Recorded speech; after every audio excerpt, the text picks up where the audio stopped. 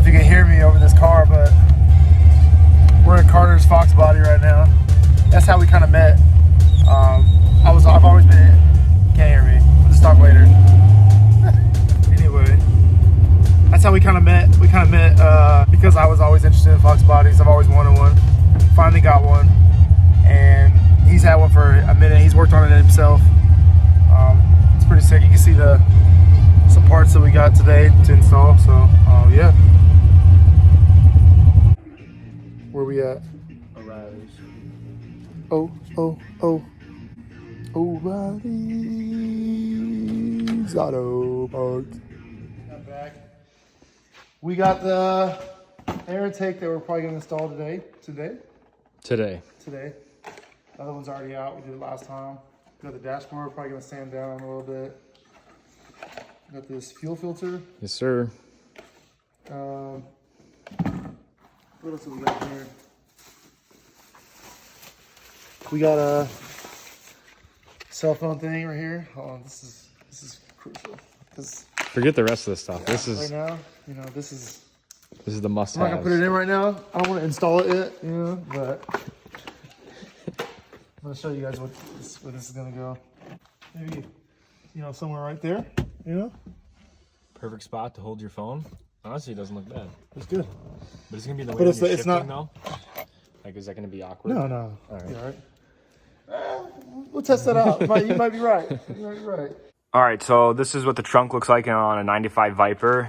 Apparently they just never came with like a spare tire cover, or Eric's Viper doesn't have one. So I thought it'd be cool to make like a little spare tire cover. Had some plywood, but the plywood's too thick. So I found some just leftover masonite and just some nice black carpet. And I'm gonna just make like a little spare tire cover. So let's see how it turns out. Okay. That looks really good.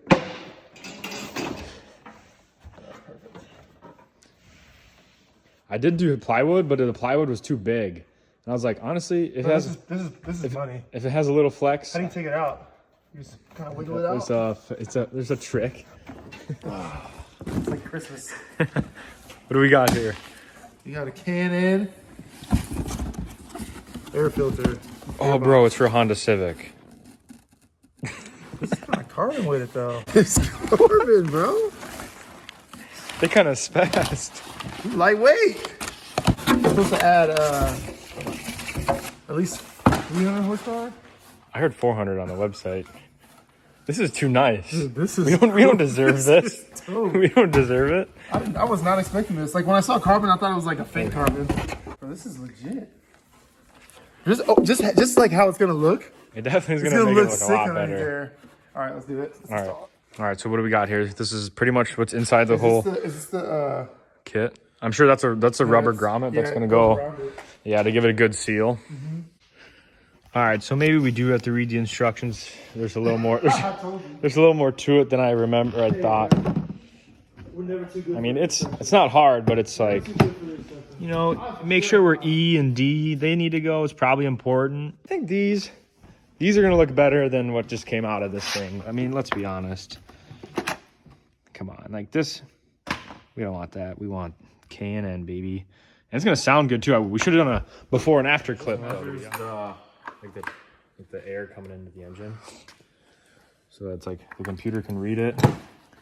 Helps with you have to have it for tuning and whatnot. Don't touch the. Yeah. Should I just screw into the new one right now? I see the hole. All right, so now we got the rubber on the box, and then now we got the new sensor. We got the old sensor with the washer and the nut on the back side. Put this back in the box. So now, next thing we need to do is these rubbers so they go in like this in the car, and then we need to put these little rubber donuts on. So that piece that we had in front, it's going straight from this. Right. We're getting rid of all that old stuff. All right, so we're looking at the instructions, we need 2 intake tubes, and we're looking at them. And we're like, man, why do these go the same way? We're trying to make it flip. Doesn't really work. And then we realize they sent us both. Same part number. And we're supposed to have a 32 and a 31, and we have 231s. 231s. So, all right, there goes the install on this one, you know. Now we got to get another part. We just got the 2 front bolts out, and now we're just working on 2 rear bolts to take the seat out so we can really get the vacuum and shampoo in there. So Eric's doing the driver's side, and I'll knock out the passenger side.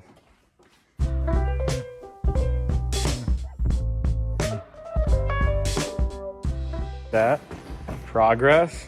It's out. Let's go. Woo. We're getting, honestly, it's not bad. I was expecting way worse.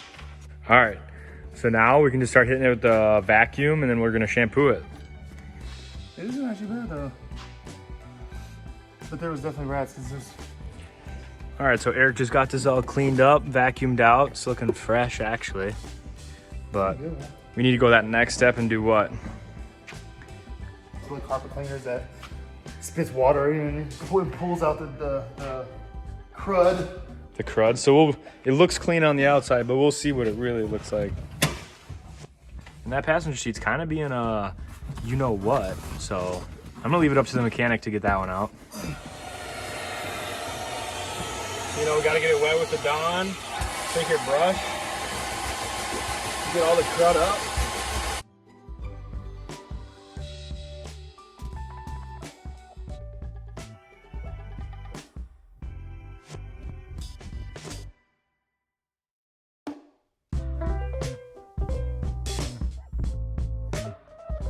So Carter just finished washing the inside of the driver's seat, and you know, they look clean with the vacuum, but that's what's hiding underneath.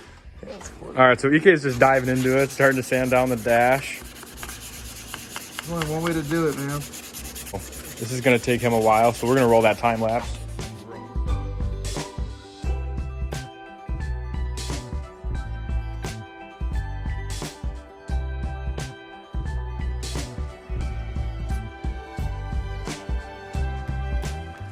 All right, so now we got the driver's side all shampooed up. As you can see, it's been pretty nasty, but looks discolored now because it's still kind of damp. Eric's over there grinding out on that dash, sanding it down, putting it. Finish off this driver's side right here, and then work on that passenger side. So, just point the video, like, subscribe, see what you guys like about.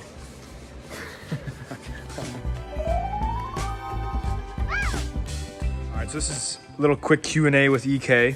Whatever. So what's the biggest like question you get, or like a fan will come up and what's like the usually reaction? People always ask me who's the hardest to tackle, or like who's the hardest running back to tackle. I get that a lot. I would say as of lately, I would say Chris Carson from Seattle. Chris Carson cracking heads. Ooh. I was just saying, just because, and it's not like necessarily like, I'm not talking about like elusive or like that I can't tackle him. It's just like you have to like you're gonna get your days of work's gonna be cut out for your bell's gonna be rung. You're gonna feel it when you tackle him for sure. And yeah, that's definitely a common question I get. All right, so the last question's gonna be up to you guys. Put it down in the comments. What do you want to hear or see about EK? Maybe his lifestyle. What's he doing outside of cars and football? Anything else? Drop it down in the comments. Any other ideas? Can't wait to put on another show this year. You know what I mean? Yes, sir. But man, I'm just excited that I have another opportunity to play, express myself through playing, play with teammates. You know, I feel like teammates are that's all the best. That's the best part. You know, it's a right. team. It's a camaraderie. It's the ultimate team sport. Right. And working with those guys like we are right now, and then putting it on display, it's pretty special. So I'm excited to get another opportunity. All right, so that was the Q&A with EK. I kind of like that. It rhymes. It was either rap or the league for me. Rap or the league. That's it. Seat back in. I'm going to put the seat back in. We just shampooed the carpets. Looks great. Smells great. fresh. And couldn't get the passenger seat out because that's impossible. But for some reason, it won't go forward as much as this driver's seat, so we'll just shampoo as much as we can. I mean, if anything, the driver is always more dirty than the passenger because there's always someone driving. We'll go with that. So I was messing around I was lifting the seat up and I found this lever, and it's You can take the seat out. You can take the whole bottom of the seat out. Now we can get to the. Now we know how to do it on the other side. Now we can get to the holes. We were just saying we didn't know how to do it. We know how to do it. We know how to do everything. All right, so pulling that little lever here, I guess, pulls the bottom of the seat out, allows us to get to the back of the bolts.